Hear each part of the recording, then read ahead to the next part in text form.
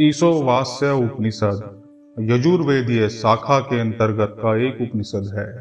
इस उपनिषद के पहले श्लोक से लेकर 18वें श्लोक तक सिर्फ ब्रह्म वर्णन, उपासना, प्रार्थना का एक ही स्वर है, वह है ब्रह्म का ज्ञान और आत्मज्ञान।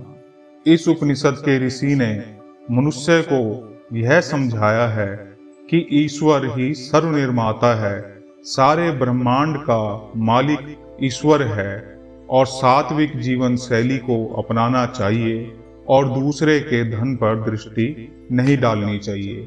साथ ही यह उपनिषद हमें यह भी बताता है कि हमें निर्लेप भाव से अपने जीवन को जीना चाहिए। यह उपनिषद हमें यह भी बताता है, जो धर्म के अनुसार आचरण नहीं करते, इस आत्म तत्व को नहीं जानते, वह शरीर के छोड़ने के बाद ऐसे लोगों को प्राप्त होते हैं जहां सूर्य की पहुंच तक नहीं होती, अर्थात घोर अंधकार में लोक में उन लोगों का प्रवेश होता है। जो लोग स्व को नहीं पहचानते, आत्मा को झुठला देते हैं, नकार देते हैं, मृत्यु के पश्चात उन्हें इस तरह के लोकों में जाना पड़ता है। इसके बाद इस उपनिषद में एक और ईश्वर को सर्वनिर्माता मानकर स्वयं को निमित्त माना गया है और इस प्रकार जीवन जीने का निर्देश दिया गया है। फिर यह उपनिषद यह निर्देश देते हैं कि यह परमात्मा अचल अर्थात चलने वाला नहीं है, स्थिर है और उसके साथ साथ यह मन से भी ज्यादा तीव्रगामी है और यह इंद्रियों की पहुंच से बाहर है। इंद्रियां इसे वश में नहीं कर सकती हैं। यह परमात्मा सर्वव्यापी, अशरीरी, स्वजन्मा और मन का शासक है। इस उपनिषद में विद्या और अविद्या दोनों की बात की गई है और विद्या और अविद्या दोनों की उपासना को ही वर्जित बताया गया है। यहाँ सबसे महत्वपूर्ण कार्य ईश्वर को आत्म तत्व द्वारा या ब्रह्म रूप में जानना बताया गया है। इसमें संभूति एवं नाशवान दोनों को भली भांति समझाकर अविनाशी तत्व प्राप्ति और अमृत तत्व के उपभोग की बात की गई है। ब्रह्म के मुख को स्वर्ण पात्र से टंके होने की बात के साथ ही सूर्य से पोषण करने वाली प्रार्थना की गई है। साथ ही इसमें अंतिम श्लोकों में अग्नि से प्रार्थना की गई है कि पंच भौतिक शरीर को राख में परिवर्तित हो जाने पर उस दिव्य पथ से चरम गंतव्य की ओर उन्मुख कर दे। तो आइए ईशोवास्य उपनिषद को सुनना प्रारंभ करते हैं। ओम पूर्णमदः पूर्णमिदं पूर्णात् पूर्णमुदच्यते पूर्णस्य पूर्णमादाय पूर्णमेवावशिष्यते। ओम शांति शांति शांति। यह पार ब्रह्म पूर्ण है और यह जगत भी पूर्ण है, क्योंकि पूर्ण से पूर्ण की ही उत्पत्ति होती है तथा पूर्ण का पूर्णत्व लेकर पूर्ण ही बचा रहता है। तीनों प्रकार के ताप से शांति हो, शांति हो, शांति हो। यहाँ यह बताया गया है कि पार ब्रह्म परमात्मा पूर्ण है और इस पार ब्रह्म परमात्मा के द्वारा रचा गया जगत भी पूर्ण है, क्योंकि पूर्ण से जो भी रचा गया है वह भी पूर्ण है। यहाँ इस बात का एक तरह से खंडन किया गया है जिन बात में यह बताया जाता है कि जगत और परमात्मा विरोधाभासी हैं। यदि ईश्वर सत्य है तो जगत मिथ्या है, परंतु यहाँ यह बताया गया है कि जगत भी पूर्ण है, जगत भी मिथ्या नहीं है, क्योंकि पूर्ण से ही पूर्ण की उत्पत्ति होती है और पूर्ण से यह पूर्ण निकलने के बाद भी पार ब्रह्म परमात्मा में कोई कमी नहीं आती। परमात्मा ना बढ़ता है और ना कम होता है। यह पूर्ण था, पूर्ण है और पूर्ण ही रहेगा। और त्रिविध ताप अर्थात जितने ही प्रकार के दुख हैं उनसे निवारण मिले और शांति हो, शांति हो, शांति हो। ओम ईशावास्यमिदं सर्वं यत्किंच जगत्यां जगत तेन त्यक्तेन भुंजिता मा गृधा कस्य स्विदनम। जगत में जो कुछ भी है, यह जो संसार है, वह सब ईश्वर के द्वारा आच्छादित है। उसके त्याग भाव से तू अपना पालन कर, किसी के धन की इच्छा ना कर। ईशावास्य उपनिषद के पहले श्लोक में ही मनुष्य को यह निर्देश दिया गया है कि इस संसार में जो कुछ भी है उन सब का मालिक, उन सब का अधिष्ठाता ईश्वर है। इसलिए संसार में उपभोग के लिए तुझे जो भी वस्तुएं प्राप्त हुई हैं उनका त्याग भाव से उपयोग कर, अर्थात स्वयं को उनका मालिक ना समझ। तू बस उनका उपभोग कर और अपने जीवन का पालन कर। किसी भी प्रकार के धन के संग्रह की इच्छा ना कर, क्योंकि तू इस संसार में किसी भी वस्तु का मालिक नहीं है। कुर्वन्नेवेह कर्माणि जिजीविषेच्छतः समः एवं त्वयि नान्यथेतोस्ति न कर्म लिप्यते नरे। इस लोक में कर्म करते हुए ही 100 वर्ष जीने की इच्छा करें। इस प्रकार मनुष्यत्व का अभिमान रखने वाले तेरे लिए इसके सिवा और कोई मार्ग नहीं है जिससे तुझे कर्मों का लेप ना हो। जिस प्रकार पहले श्लोक में यह बताया गया कि मनुष्य इस संसार में किसी भी वस्तु का मालिक नहीं है, तो इसका अभिप्राय यह नहीं है कि मनुष्य कर्मों से विमुख हो जाए। मनुष्य बेशक 100 वर्ष की आयु जिए, परंतु उसे अपनी आयु में, अपनी जिंदगी में कर्म से विमुख नहीं होना और कर्मों का समर्पण पारब्रह्म परमात्मा को ही करना है, जिससे कि कर्मों के फल का लेप मनुष्य को ना लगे और वह कर्म फल के बंधन से मुक्त हो। असूर्य नाम ते लोका अंधेन तमसा वृतः तास्ते प्रेत्याभिक्षन्ति ये के चात महनो जना। वे असुर संबंधी लोग आत्मा के अदर्शन रूप अज्ञान से आच्छादित हैं। जो कोई भी आत्मा का हनन करने वाले लोग हैं, वे मरने के अनंतर उन्हें प्राप्त होते हैं। अर्थात जो भी मनुष्य इस आत्मा के कल्याण का हनन करने वाले, अर्थात आत्मा के कल्याण के लिए प्रयास ना करने वाले हैं, जो इस संसार के भोगों में ही लिप्त हैं, वे ऐसे लोगों को मृत्यु के पश्चात प्राप्त होते हैं जहाँ सूर्य की पहुंच नहीं है, अर्थात वहाँ घोर अंधकार ही अंधकार है, जिसे हम नरक भी कह सकते हैं या हम पाताल लोक भी कह सकते हैं। अनेज देकम मनसो जवियो नैन देवा आपनुवंतु पूर्व मर्सता तद्वा तो न्यांतेति तिष्ठत स्मिनिपो मातरिस्वा दधाति। वह आत्म तत्व अपने स्वरूप से विचलित नहीं होता, एक है तथा मन से भी तीव्र गति वाला है।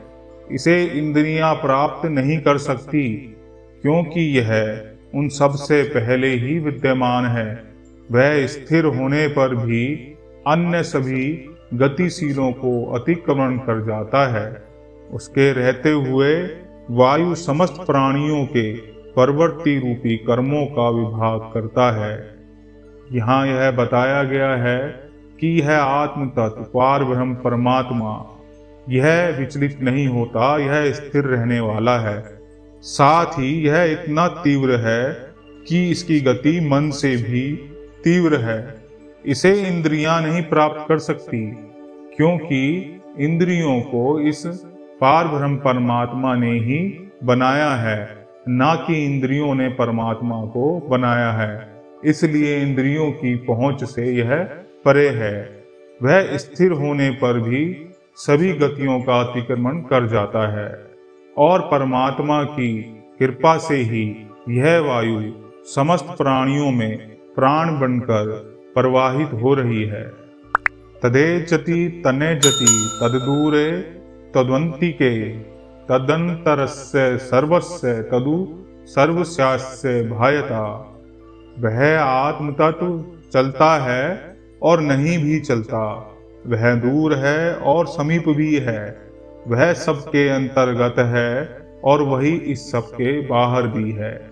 जैसा कि पहले श्लोक में बताया गया कि यह आत्मा सभी जगत को आच्छादित किए हुए है, अर्थात यह विश्व परमात्मा में है और परमात्मा इस विश्व में है, तो इसलिए यह चलता भी है और नहीं भी चलता।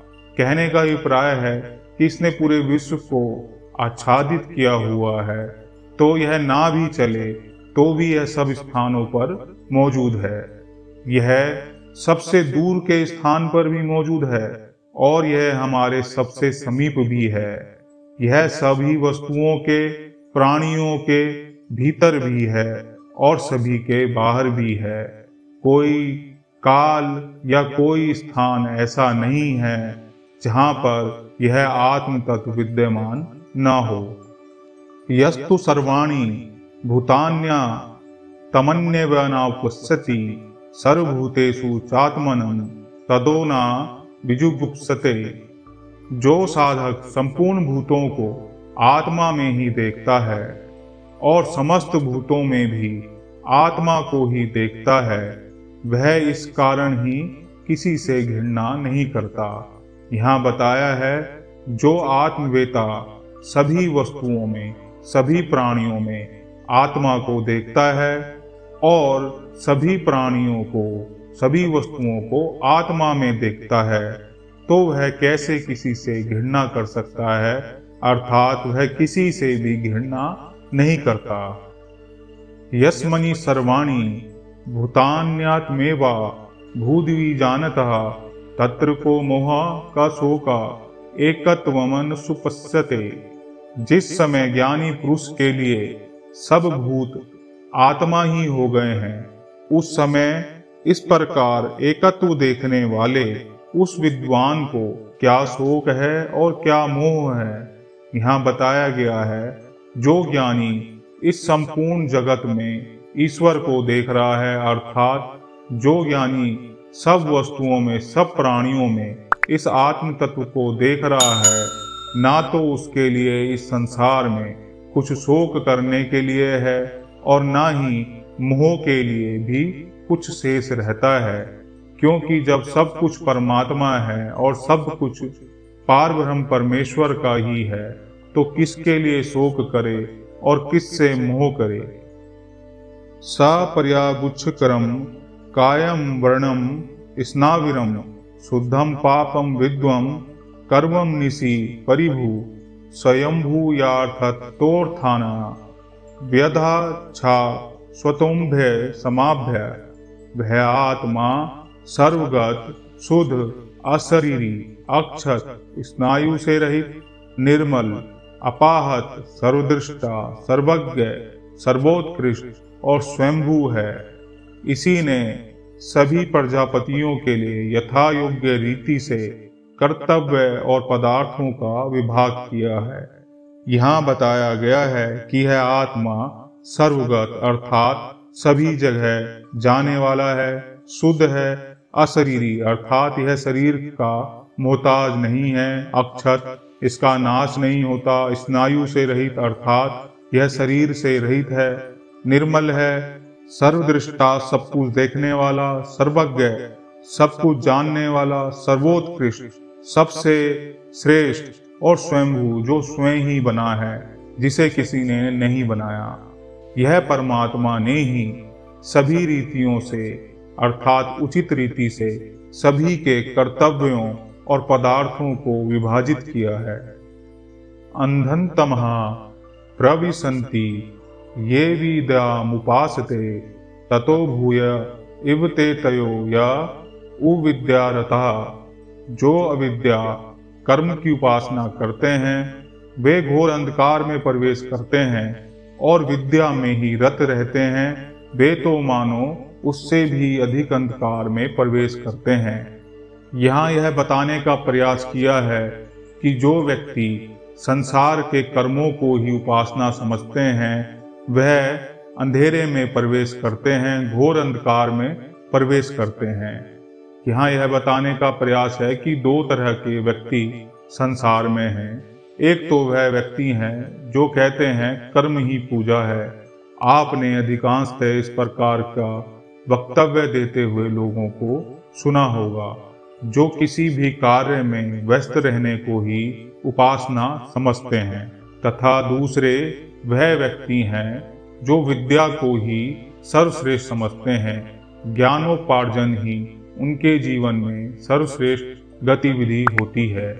परंतु यह जो कर्म और ज्ञान है यह जगत के रहते रहते ही साथ हैं। जब यह शरीर छूट जाएगा, जब अंतिम समय आएगा, तो एकत्रित किया गया सभी ज्ञान और कर्म साथ नहीं देते। यदि आत्म तत्व को ना जाना गया, इस ईश्वर को ना जाना गया, तो यह सभी तरह की उपासनाएं, चाहे वो ज्ञान की हो चाहे वह कर्म की हो, इनको करने वाले जितने भी मनुष्य हैं वह इस घोर अंधकार में ही प्रवेश पाते हैं। अन्य देवाहुर्विद्या न्या देवाहुर्विद्या इति शुश्रूम धीराणाम नस्तदिक्चक्षिरे। विद्या से और ही फल बताया गया है और अविद्या से भी और ही फल बताया गया है। ऐसा हमने बुद्धिमान पुरुषों से सुना है जिन्होंने हमारे प्रति उसकी व्याख्या की थी। यहाँ बताया गया है कि कर्म की उपासना करने वालों के लिए अलग ही फल हैं और ज्ञान की अर्थात विद्या की उपासना करने वालों के लिए अलग ही फल हैं। ऐसा हमने बुद्धिमान पुरुषों से अर्थात आत्मवेता पुरुषों से सुना है। विद्याम च यस्तद्वदे भूय सह अविद्या मृत्युम तीर्थवा विद्यामृतमश्नुते। जो विद्या और अविद्या इन दोनों को ही एक साथ जानता है वह अविद्या से मृत्यु को पार करके विद्या से अमृत को प्राप्त कर लेता है। यहाँ यह बताया गया है जो विद्या और अविद्या दोनों की सीमाओं को जानता है, जो यह जानता है कि विद्या या अविद्या यह दोनों ही साधन हैं। साध्य तो आत्म तत्व परमात्मा है।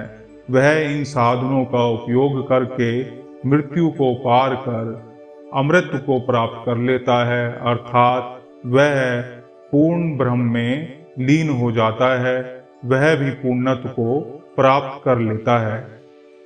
अंधम तमः परविशन्ति ये संभूति मुपासते ततो भूय इवेते तमो यौ संभूतया रता।